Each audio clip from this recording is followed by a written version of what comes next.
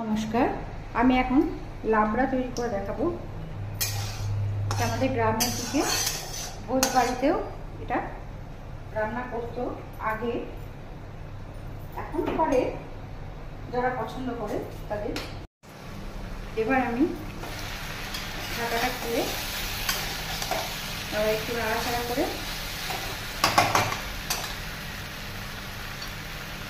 আমি জিরে গুঁড়ো আর ধনিয়া গুঁড়োটা দিয়ে দিলাম। এরপর আমি আদা আর কাঁচা লঙ্কা বাটাটা দিয়ে দিলাম।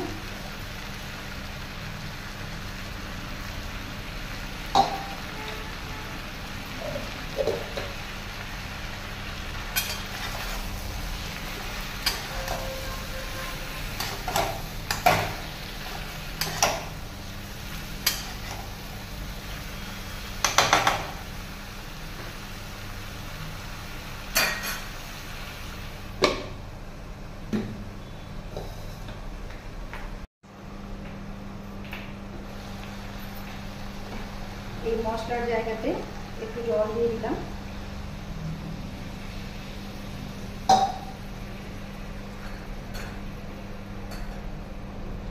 একটু ভাজা মশলা করা ছিল সেটা দিয়ে দিলাম।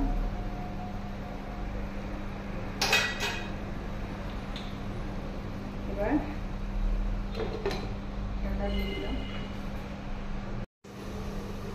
এবার আমি ঢাকাটা খুলে গরম মশলা থেতো করা আছে এটা দিয়ে দিলাম।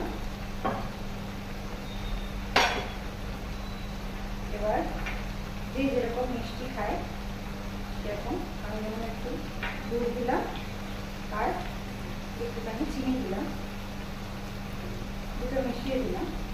যে যেরকম খায় সে সেরকম দিতে পারে। এটা কষাতে কষাতে হয়ে গেছে, সুন্দরভাবে সিদ্ধ হয়ে গেছে।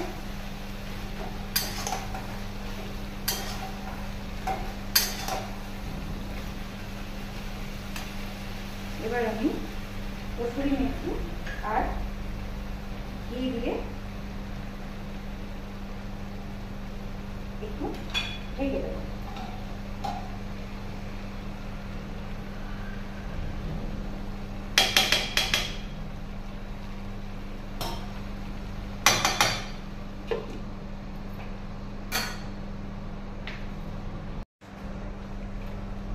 লাবড়াটা আমার হয়ে গেছে। এটা বাংলাতে সবাই তৈরি করে, মোটামুটি ভোগের সাথে, লুচির সাথেও খাওয়া যায়, আবার খিচুড়ির সাথেও খাওয়া যায়, ডাল ভাতের সাথেও খাওয়া যায়। এটা আমাদের গ্রামের দিকে কেউ কেউ আগে বলতো ছেঁচড়া, আর এখন সবাই আবার বলে যে লাবড়া। যাই হোক, খেতে খুব টেস্টি।